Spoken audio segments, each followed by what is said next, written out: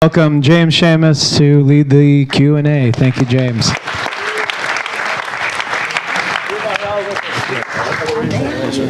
And Ayal, our other executive producer, is here with us too. Great.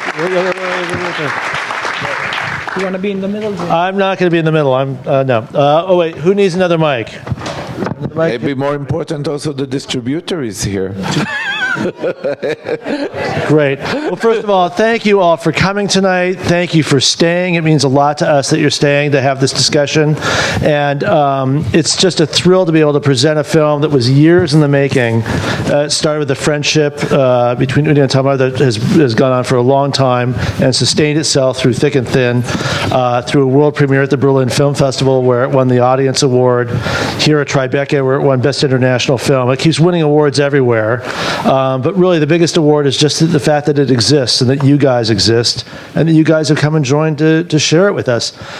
So I just want to start the conversation with a quick question. I know, Tamer, you said that you are jet-lagged and tired, so I'm only supposed to ask you yes or no questions. Yes. Do you ever take the hat off? Do you ever take your hat off? Yeah, okay, good. Okay, great. Well, look, I'm more than happy to just simply start by soliciting your guys' questions, because we don't have that much time, and responses and thoughts, and we'll take it from there. So please just raise your hand loud, and I'll repeat the question if you don't get there in time with the mic. And I'll start while you're shy. Okay, and great. ask, how is this film received by the Palestinian community in Israel? It's a little bit critical also of Palestinian. It's Yes. it was well received. Actually, it's I'll give you testimonies from both Palestinians and Israelis, because most of the cinemas in Israel are Israelis. So from most of the cinemas in Israel, they said that for the first time, the cinemas are full of the Arabic language, which is something unique. They're not used to it. What was the joke? Aravim noharim la cinema? What was the joke? No, how do you The say that? advertising we did, because in the election, Bibi Netanyahu said that the Arabs are all Flowing? No. Warming? storming to vote. Warming, not So we did the advertising, the Arab are storming to see Junction 48 in the cinema.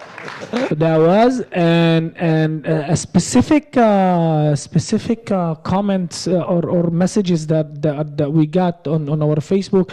It's just for an example. This hijabi girl, Muslim girl, she wrote us that it's weird for her that she's used to go to this mainstream cinema, because that was one of the first Arab movies to be in the mainstream cinemas, to go to the same mainstream cinema that always shows the Arabs as terrorists, and to see the Arabs as bad people and as good people. It's all about the Arabs. So it was a pleasure just to get the reaction from the people that the movie is supposed to represent. So. Great. Question right here down in front. This young.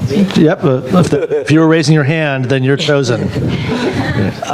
Which rapper really influenced you? Oh, rappers, not rapper. Which rappers?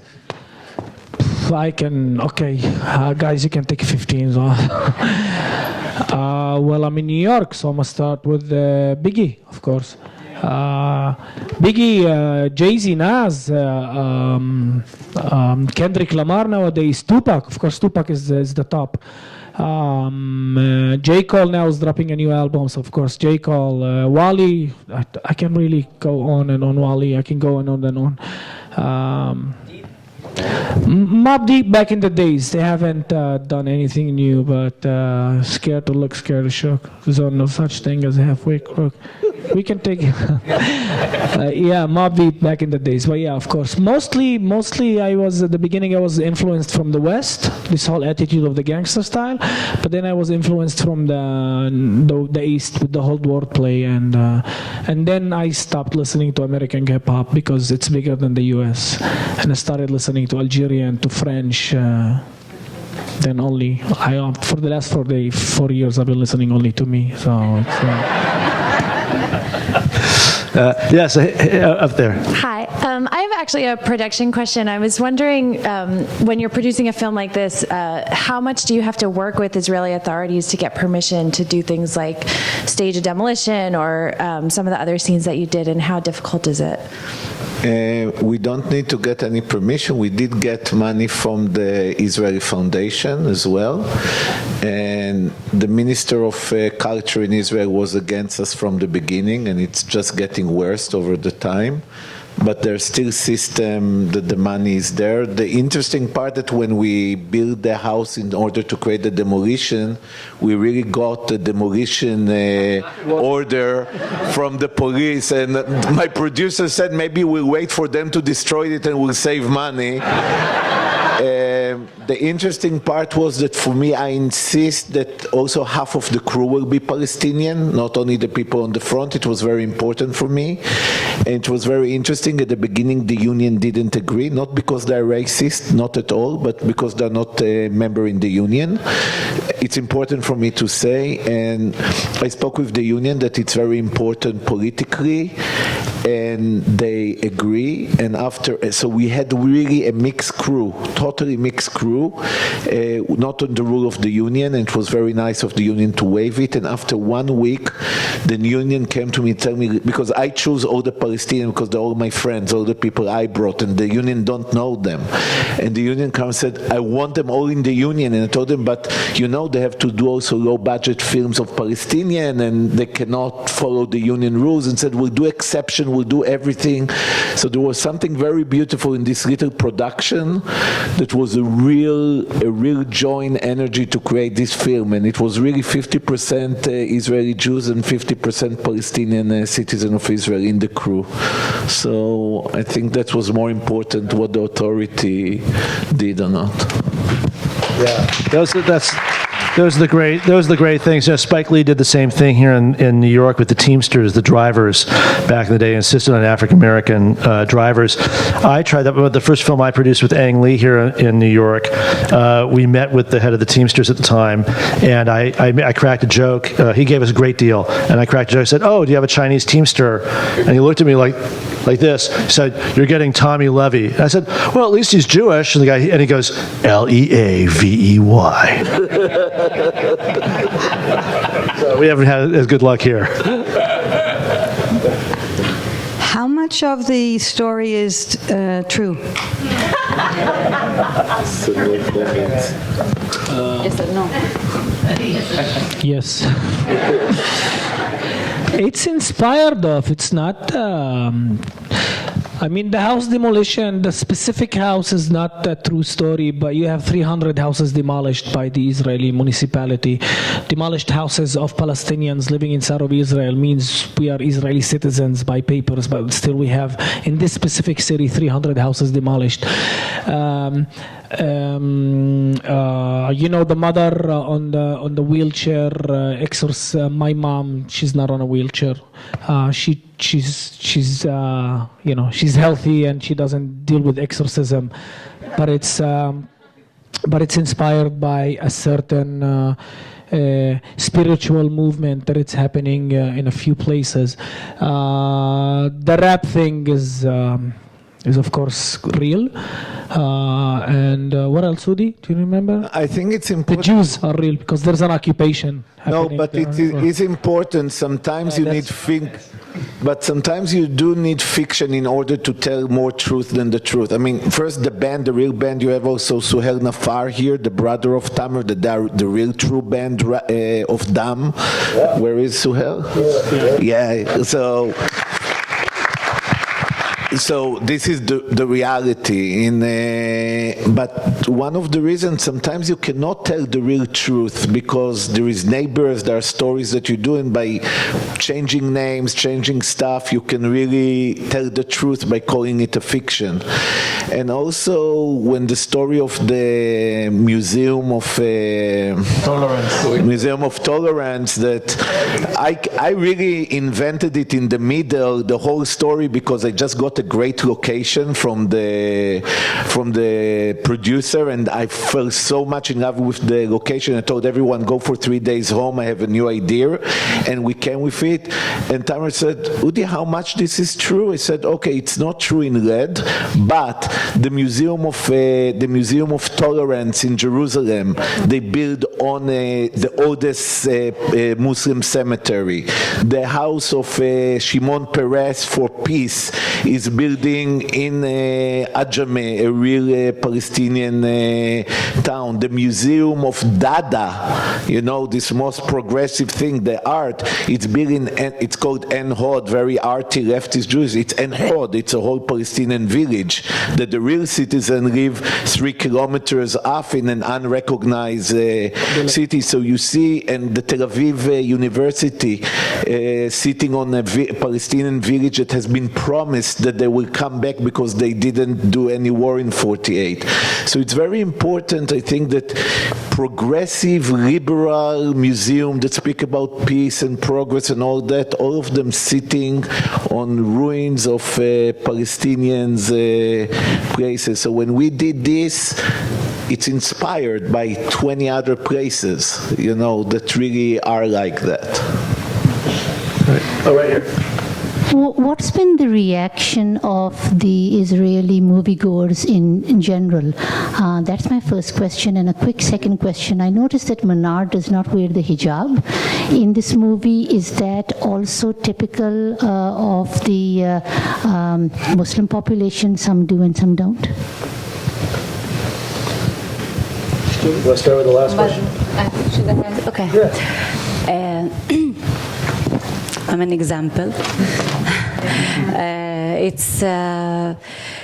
I think in this role of Manar, we really tried to break stereotypes that are very, very, because usually we don't have a lot of Palestinian cinema in Palestine. We have more Israeli films that show Palestinians from their point of view. So we see the women who are little and who are covered and who have no voice and no ambitions and just want to satisfy everyone around them.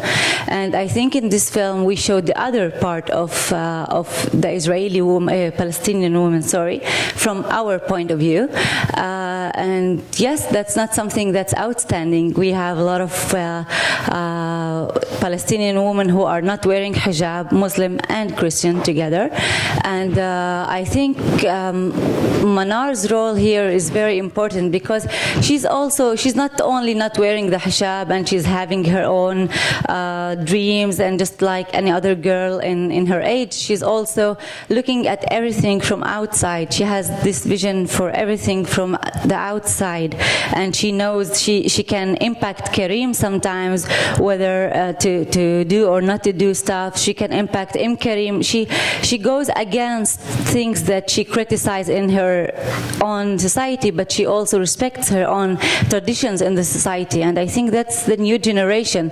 You can see that by the connection of Manar with Karim, which is like very something that we really respect and we have in our society, and we are really proud of this connection between the generations, even though we are trying to, let's say, I'm not sure if this word is right, but to update a little bit the traditions to sync them with the reality we're living.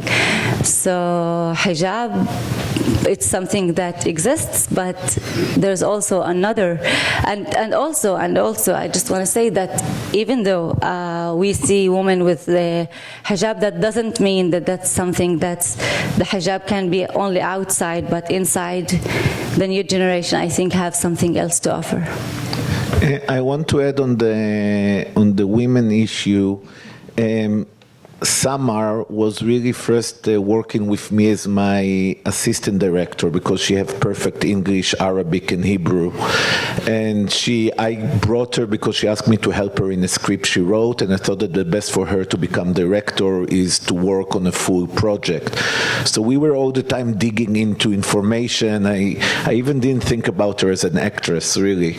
And then one day she told me, Udi, I want to do audition. I want to do audition. I feel so connected to it. And she worked work on the woman. And I look at her because she was working with me, so I didn't, you have a view that somebody who work with you, see him as somebody that you think with him, you don't see him as an actress. And she stand up and she said, but look at me, Udi, I'm an actress. And I was like, whoa, okay, let's do your audition. And we did a very hard audition, and for 1 month, the way Tamer, Samar, and me were working together, we will work a lot together before that, because I told him only when she will become Manar and he will become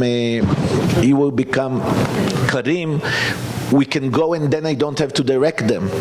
And the energy between both of them creates so much of the text. So the matching of them creates so much of the film, and it's very difficult because usually when you do films, especially here in the Sundance concept, you have to build one story, one narrative, women right, this right, this right. And we have the feeling that it's all connect. The abuse of the woman connect to the colonialization of the occupation, connect to poverty and class issues, and how you tell all those stories in one story, not look propaganda. And really the best things is hip-hop, music, and Oren is not herb that help us, could connect those issues. But the meeting with Palestinian women, some of the screening we did only to Palestinian women. They didn't even care how the Jew functioned in this film. They really dealt with women issues, and the hijab, and not the hijab, it's a mistake. One of the reasons the mother is so important in this film, to think that no hijab is progressive, and to be Muslim with tradition is not progressive. There is a sisterhood, and sometimes the women with the hijab are the one who go and stand against the bulldozer who destroyed the house, are the one who have their voice. So it's not so much about hijab or not hijab, it's much more about how the Palestinian people can keep their culture together and work together in sisterhood. And when you destroy this culture, when you do a full destruction on it, many people go to fundamentalist Islam that has no connection to hijab or not hijab, could have a connection of despair.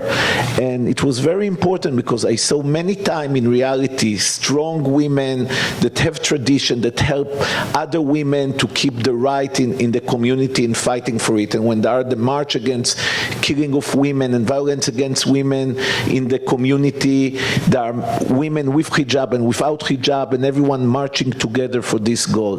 But all this I want to say that the connection of Samar and Tamer are much more than just actors. They're really part of this creation of this film, and that's why usually on this film I said our film. I never said on this film my film. It's always I use our film because that's how I feel, not because it's politically correct. And quick answer to your second question, it was well received. It actually won one of the Israeli Academy Awards for music, in fact. Right up there. Hi, I'm Libby from the New Israel Fund. Thank you so much for this film.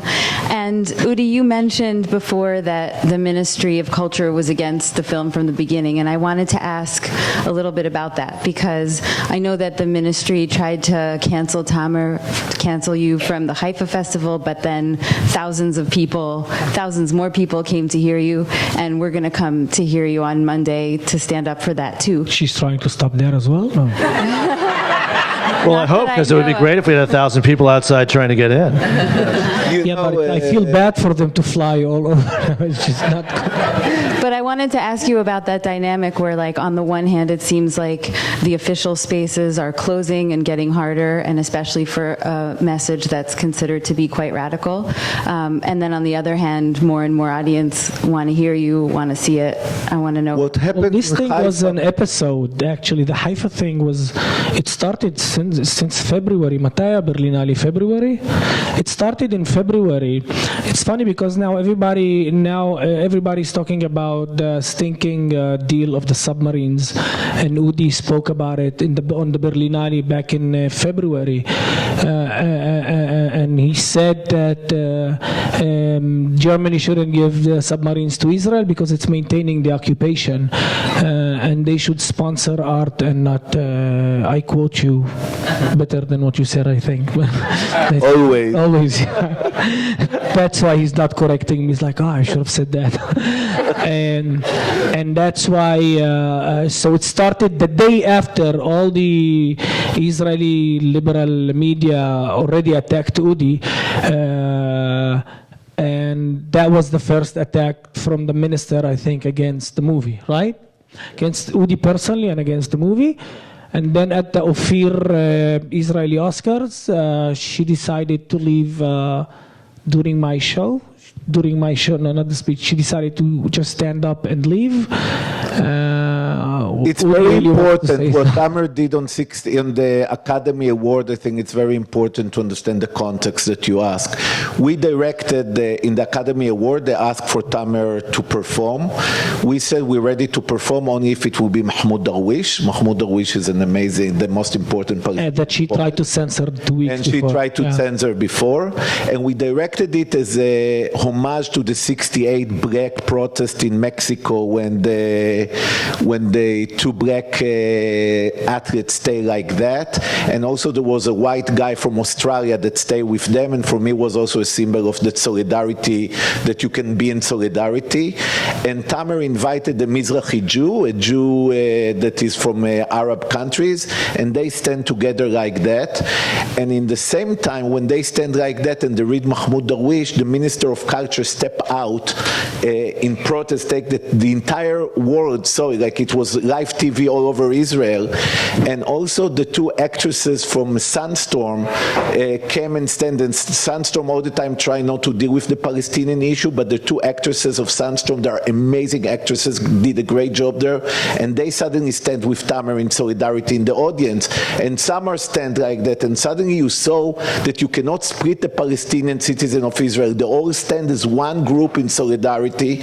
When the minister step out, and a day after, and that's very important to know, like what the structure of anti-Semitism work against the Palestinians. She did it 10 minutes after. She claimed 10 minutes after, she told the audience all over Israel that this civil rights movement, it's a Nazi thing, all over the news. That's what Tamer did. Udi, somebody just took a photo of that, and that's going to be an arrest tomorrow. Yeah, and the quote. I really thought of that. I really thought of taking the photo and just.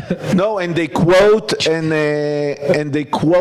Tamer. Tamer quote Mahmoud Darwish saying, "Let us walk together in two different paths. Let us walk together and let us be kind." And the quote that Mahmoud Darwish wrote, she said that the Palestinians should eat flesh of Jews. That's what the Minister of Culture claimed, that's what Mahmoud Darwish wrote. And it came out that all over the news that Tamer claimed that let's eat the flesh of the Jews. They always try to eat me, but this is our homoerotic relationship. and this is Nazi things. And when was all the fire now in Israel, the head of the biggest, from the big party, from the Likud, claimed that because Tamer tell people to eat flesh of Jews, they decide to burn the fire of Haifa. And this is not weird right-wing movement. So this is like what Tamer go now. I met Tamer 15 years ago. He was already a true hero that I don't want to develop here, but true hero for the Palestinian. I made my first film. I thought I'd interview Arafat, interview my amazing mom, all that, and I knew everything they said. And somebody told me about this young rapper. I met to meet him, and it was like a whole new voice I heard. But he's just becoming more powerful and powerful when he's getting old. But suddenly, when more Israeli listen to him, they try to destroy him. I'm seriously, it's not a joke anymore. It's scary. And then Tamer called me from Haifa, and that was beautiful. With all this against him, Tamer told me, Udi, there are so many Jews came to support me here. It's first time I see it, and I believe a true, genuine things in supporting me. So sometimes those moments create the opposite. And Haifa was an amazing moment that more than 4,000 people came, Jews and Palestinian, to stop the right-wing people who came to try to hurt Tamer. So sometimes we have little victories in this long-term struggle. So we have, thank you. We have time for one more question, and the gentleman with the microphone. Yeah, just coming back to the movie from politics, are there opportunities for Palestinians in Israel to go to school, to learn acting, and become actors? You've gone through this kind of a training. Are those opportunities available to the Palestinians in Israel? She graduated. to go to school to become an actor and performing arts? Of course they can. Yes, we have opportunities. The question is, what kind of projects do you have to take part of? So projects like Junction 48 is something that you find maybe once in a lifetime, or I'm serious, projects that can really represent you and proudly, and you can go all over the world and talk about yourself from your point of view, and you can have an Israeli Jewish director who according to all the definitions are not you know what are not شو بقولوا يعني لمهدورين, but it's an opportunity that doesn't happen a lot, and as Palestinians we have each decision you make as an artist, it has a lot of political consequences, and sometimes you are stuck between I believe that we make art because we have ideologies that we believe in, and that's one way to express yourself and your ideology. From the other side, you want to also be an artist, and you want to try different artistical projects, and you want to try different angles of different directors who believe in things that you not always believe in or do. So you're always stuck between this triangle that you said before about between art, between ideology and theory, and you try to find the balance between them. Well, I want to say, thank you so much. In the words of Tamer Nafar, yes, thank you so much for coming. Really so proud to be a peripheral member of this team. Please spread the word. The Orchard will be releasing the film in March of this coming year, and so if we survive, the current events that far, make sure you let folks know and go out and buy a ticket. Thank you. Come on Monday to the show. Thank you. Yeah, Thank on you. Monday.